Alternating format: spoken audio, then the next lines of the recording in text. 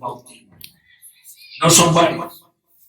Y en Hebreos 13:8 nos dice, Hebreos 13:8, y que Jesucristo es el mismo ayer y hoy y por los siglos de los siglos. Ese es uno de los fundamentos de la iglesia.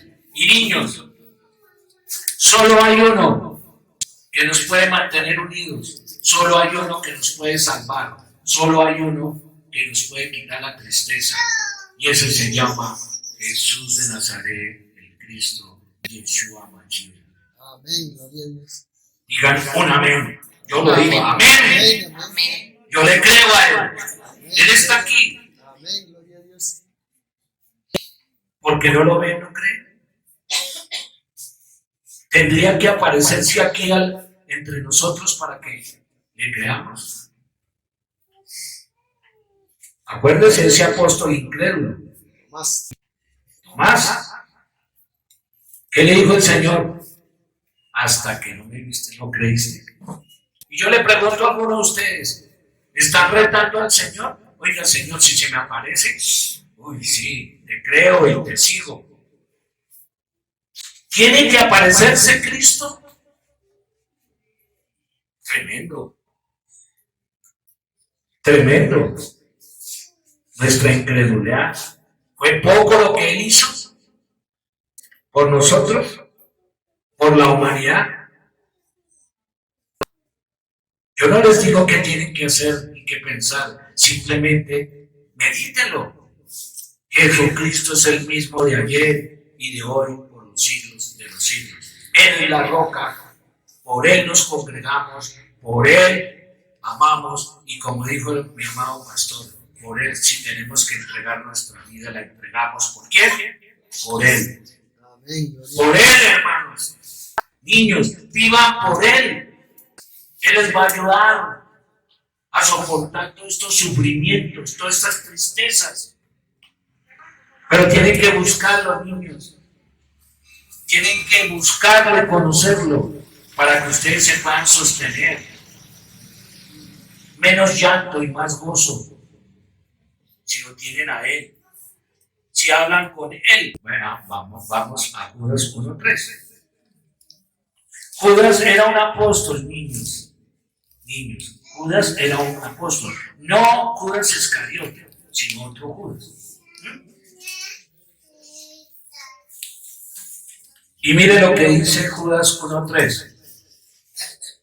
Les recuerda a los verdaderos cristianos que deberían ardientemente contener esa fe que ha sido una vez dada a los santos, o sea, a los llamados. Amado pastor, ¿lo quiere leer, por favor? 1:3. Bueno, pues. Amados, por la gran solicitud que tenía de escribiros acerca de nuestra común salvación, me ha sido necesario escribiros exhortándoos que contendáis ardientemente por la fe que ha sido una vez dada a los santos. Gracias.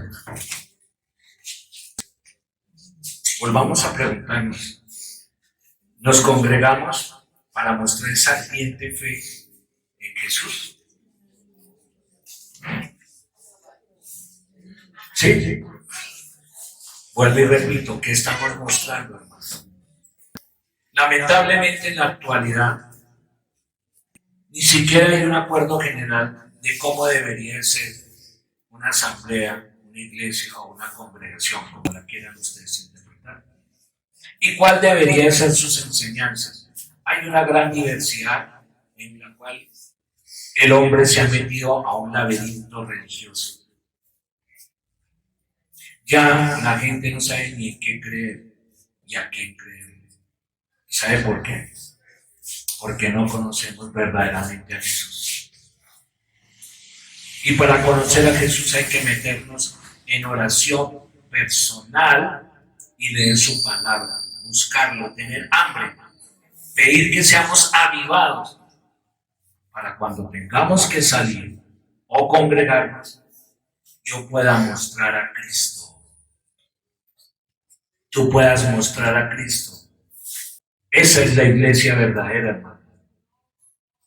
Si nosotros realmente formamos esa iglesia que quiere el Señor y que va a venir por ella, no por una denominación, esa iglesia cambiará la vida de todos nosotros, al ver a Cristo en cada uno de nosotros. ¿Qué está viendo nuestra familia de nosotros?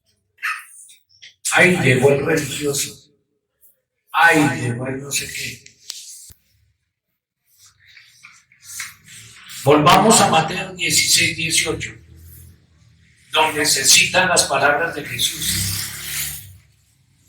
Y entre esas palabras, Él dice, por primera vez en los textos del Nuevo Testamento se escucha la palabra iglesia. Como les digo, que significa reunión de ciudadanos, llamados a salir de sus hogares hacia un lugar público. Eso es una iglesia. Y si lo vamos a meter en el contexto de la doctrina de Cristo, somos llamados ¿a qué? A mostrar ¿a quién? A Cristo. Y esa asamblea mal llamada cristianos, porque nos metimos fue en el área religiosa y no de convicción. Vamos a ver allá cumplir la ley de Cristo, hermanos. Quiero hacerles una pregunta y el que quiera puede contestarla. Está en la libertad de hacerlo. ¿Alguien sabe cuál es la ley de Cristo? Si yo le pregunto al pastor, obviamente lo debe saber. Pero los demás, oiga, ¿qué será eso?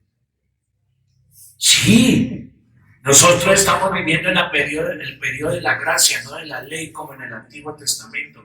Pero esa gracia, escúcheme, esa gracia está basada en la ley. Porque Jesús vino y cumplió la ley. Amén. No sé si ustedes lo dicen, pero yo sí estoy convencido. El único que la cumplió. El único que la puede cumplir. Entonces, cuando el Señor nos muestra, oiga, sí, yo hice todo por ustedes, pero tienen que cumplir una ley, la ley mía. ¿Y cuál es esa ley, hermanos? Vayamos a Mateo 22, versículo 38 al 40. Niños, ¿ustedes saben que Jesús tiene una ley? ¿Sí?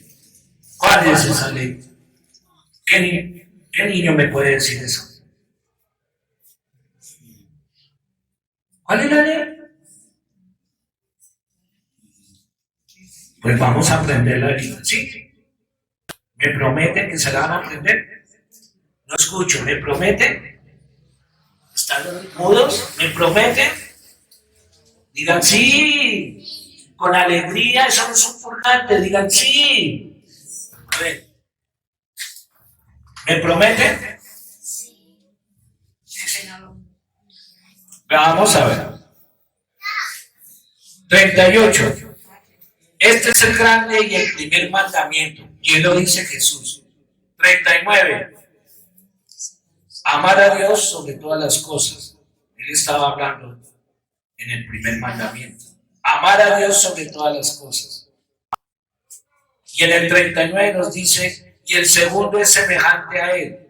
Amarás a tu prójimo como a ti mismo. De estos dos mandamientos dependen toda la ley y los profetas. Hay muchos que se están esforzando en cumplir los 10 mandamientos. Ninguno lo puede cumplir a cabalidad. ¿Quién no miente? Por ejemplo, ¿quién no ha dicho una mentira? No, niños me miran con ojos grandes. ¿Quién no ha dicho una mentira? ¿Quién puede cumplir los 10 mandamientos? Nadie.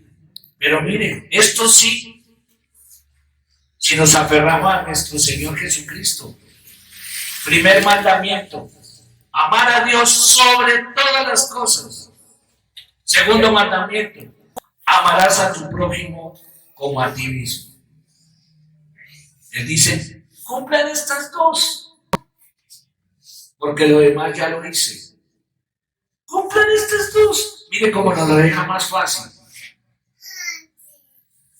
Pero ¿cómo la vamos a cumplir, hermanos, si en nuestro corazón no habita Cristo? Si no hablamos con Él, no tenemos una relación personal, privada con Él. Y pensamos que venir a una congregación, a una iglesia católica, lo que sea, ahí lo vamos a encontrar. Qué errado estamos, hermanos. Por eso vuelvo y repito, ¿qué están viendo en nosotros los de afuera? ¿Qué están viendo en nosotros nuestra familia? Pero mira que hay un versículo que se los dejo a ustedes para que lo mediten. Y ustedes verán qué piensan de este. Gálatas 5:4. La persona que quiera cumplir la ley, portarse correctamente. Aquí hay una observancia que nos da Pablo en Gálatas 5:4. Y dice, ustedes que pretenden ser justificados en la ley, han quedado desligados de Cristo. Es decir, ya no son del cuerpo de Cristo. Es lo que el Señor en Pablo lo dice. Hijos de desobediencia. ¿Creen en Cristo? Sí. ¿Soy cristiano? Sí. ¿Me congrego? Sí. Pero, ¿están ligados a Cristo o están desligados? Han quedado desligados de Cristo y de la gracia han caído. Pueden ustedes creer en Cristo todo lo que quieran, pero si no lo conocen, han caído de su gracia. Y si hoy viniera el Señor por su iglesia, ¿qué pasaría si alguno de nosotros nos quedamos acá? ¿Qué pasaría? ¿Cuál sería su actitud? ¿Ponerse bravo con Jesús? ¿Maldecirlo porque se quedó? ¿O echarle la culpa a quién? ¿Al hermano? ¿Al pastor? ¿Al sacerdote? Es una responsabilidad personal, hermanos. Y no la podemos evadir. Bíblicamente hablando de la iglesia, no es una denominación, no es un lugar, ni una organización humana o un edificio, sino es el mismo pueblo avivado en la cual Dios trabaja en cada uno de nosotros. Qué hermoso. Donde Dios trabaja en cada uno de nosotros, porque somos como vasos de barro. ¿Te has dejado moldear por el Señor? ¿Has tenido la humildad de dejarte moldear por el Señor? Tú puedes decir, el Señor está trabajando en mí para quitarme todas estas actitudes feas, la ira, la contienda, la grosería, la malicia, la inmoralidad. ¿Se atreven ustedes a decir eso? ¿Estamos dejando trabajar a Dios en nuestra vida? Miren, en los inicios de la iglesia, en Hechos de los Apóstoles, podemos encontrar grandes ejemplos. Muchas de sus congregaciones eran pequeñas, tal vez como esta o más pequeñas. Tienen que ir a un sitio muy grande para sentirse bien. Y si ustedes tienen dudas, vayamos a 1 Corintios 16-19, por favor. Las iglesias de Asia os saludan. Aquila, a Priscila, con la iglesia que está en su casa, os saluda mucho en el Señor. Disculpen, pastor, ¿que estaba en dónde? En su casa. En su casa. ¿Sabe qué, hermanos? La iglesia, la congregación es donde hay dos o más en su nombre, buscándolo y mostrando que su vida está bajo el control de Dios, del Espíritu Santo. Hoy en día tenemos que tener congregaciones de esta manera.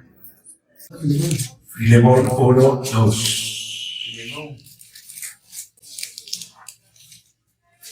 ¿Alguien lo tiene? Por favor, que lo lean.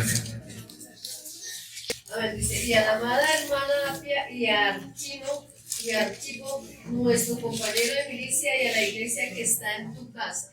¿Que está en dónde? Tu casa. ¿Qué hay en tu casa? ¿Trago, maldición, peleas? ¿Qué hay en tu casa? ¿Fornicación, adulterio, vicios? ¿O en tu casa está Cristo? Afectando a los demás, a los que no han tenido un corazón dispuesto para Él. ¿Ustedes creen que yo no he tenido pruebas? Estoy hablando convencido porque he pasado pruebas y hasta en mi hogar. Y cuando yo dejo que el Señor maneje las cosas, salgo adelante. Pero cuando las manejo yo, mire hermanos, qué carga tan tremenda, pesada y dolorosa. Porque somos arrogantes. Yo la voy a manejar. Yo lo voy a hacer. Yo puedo hacer. Hágalo. El Señor dice, hágalo. A tu manera. A mí me ha costado lágrimas, no sé ustedes. A mí me ha costado lágrimas cuando lo hago a mi manera. Y a ustedes, no. Hay que adorarlo, hermanos. Y adorarlos hay que buscarlo, amarlo para adorarlo. La adoración no viene en una congregación. La adoración viene en lo personal, hermanos. El concepto de adorar a Dios no es del Nuevo Testamento. Se originó antes de la venida de Jesús. Miremos Levítico 23, 2, 4, para que ustedes se enteren que alabar al Señor, adorarlo, viene desde el Antiguo Testamento. Levítico 23, 2, 4. ¿Qué nos dice Levítico 23, 2, 4? Habla a los hijos de Israel y dile, las fiestas solemnes de Jehová, las cuales proclamaréis como santas convocaciones, serán estas. 6 días se trabajará, mas el 7º día será reposo. Santa convocación, ningún trabajo haréis día de reposo. Esta es de Jehová, es donde quiera que habitéis. Mire, desde el Antiguo Testamento el Señor nos va mostrando qué es lo que Él quiere cuando nos congregamos. Hay que dedicarle un día. Pero ¿cómo es ese día? Agradándolo a Él. ¿Cómo lo agrado? Obedeciendo. Así es sencillo. Pero si no lo agrado, hermano, estoy con rabia, con amargura, todo me molesta, hablo mal, si alguien me dice algo peleo, lo insulto. Y si no me aguanto yo mismo, hasta me tomo unos tragos o me meto un cachito, lo que sea. Pero soy cristiano.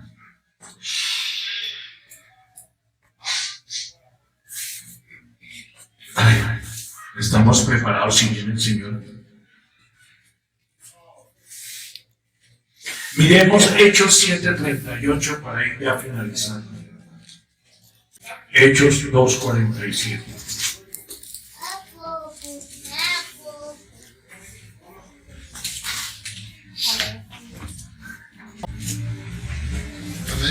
A ver, pastor. Alabando a Dios y teniendo favor con todo el pueblo, y el Señor añadía cada día a la iglesia los que habían de ser salvos. La iglesia no es una organización para hacer socios para atraer clientes. Cuidado. Esto no es una pirámide como algunas empresas, organizaciones. Vaya, traiga uno. Y ese uno va y trae otro. Y otro, y otro, y otro. Y vamos multiplicando, hermanos. Mire lo que dice el Señor. ¿Quién los escoge? Dios. ¿Por qué estamos aquí? Porque somos escogidos. Así seamos hijos de desobediencia. Pero tuvimos la oportunidad y la gracia divina de ser llamados. Amén. Aunque la iglesia creció rápidamente después de Pentecostal, o de Pentecostés, que eso fue en el año 31. Los apóstoles sabían que no eran ellos quienes lo hacían crecer, sino era Dios que añadía cada día a la iglesia los que habían de ser salvos. Una verdadera iglesia muestra a Cristo, no trae llama gentes para promocionarlo. ¡Hey, vengan aquí! Que Dios los va a bendecir. Eso no es así, hermanos, con todo el respeto. Es un llamado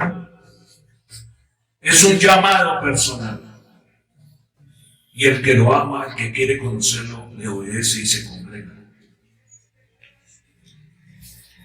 Y los apóstoles lo sabían. No es por esfuerzos humanos. Lo único que nosotros debemos de ser es instrumento de Dios, bocinas de Dios, como lo hace aquí el pastor, de hablar de la palabra de Dios y predicarla. Que el que es llamado viene. Téngalo por seguro, pastor, que el que tiene el llamado vendrá. El que no, seguirá y pasará derecho. Y no es nuestro problema, hermano. Pastor, no es su carga.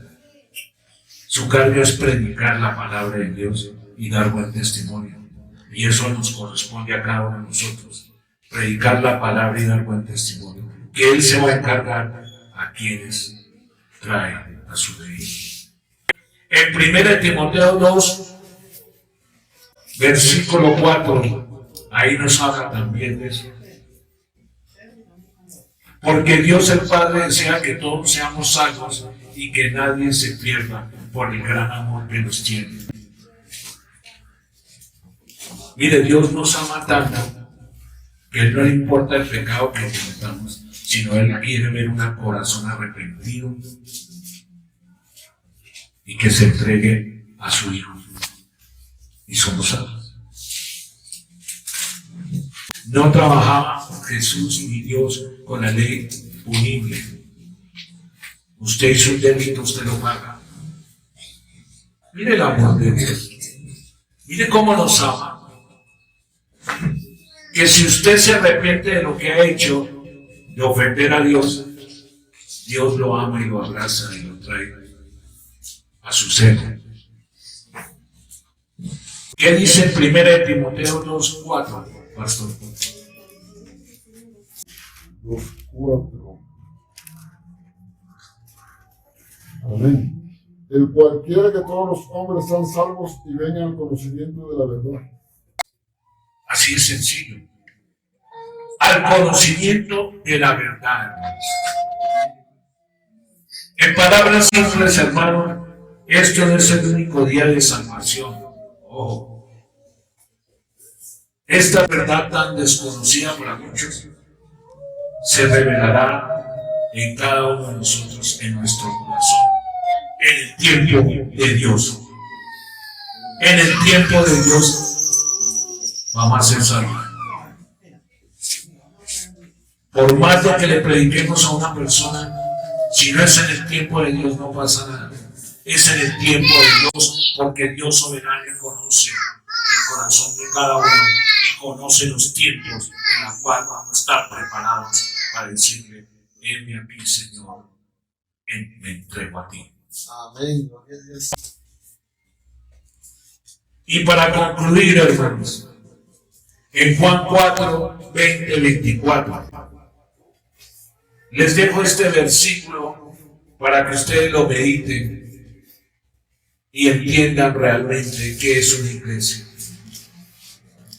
Mire lo que le dijo Jesús a la samaritana. Cuando él le pidió agua, y hubo ahí un debate con la samaritana porque ella le dijo, un judío pidiéndole a una samaritana. Eso es como, vamos a poner un ejemplo, un católico pidiéndole un favor a un protestante o a un evangélico. ¿Usted? ¿Un evangélico? ¿Usted?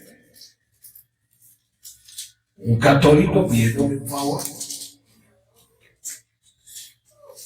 Y nuestro amado Jesús le dio la luz, la revelación de la verdad. Y dice así, 2:24. 20:24. Dice así. Y por favor, con este versículo cerramos la reunión. Y quiero, por favor, les pido, les ruego, que terminemos esta reunión orando por mejorar nuestra relación con el Señor. Y dice así. Jesús le dijo a la samaritana, nuestros padres adoraron en este monte, dijo la samaritana. Yo no voy a hablar en el contexto de ahora. Mis padres me enseñaron a ser católico y a ir a una iglesia. A mí no me hable de evangélicos.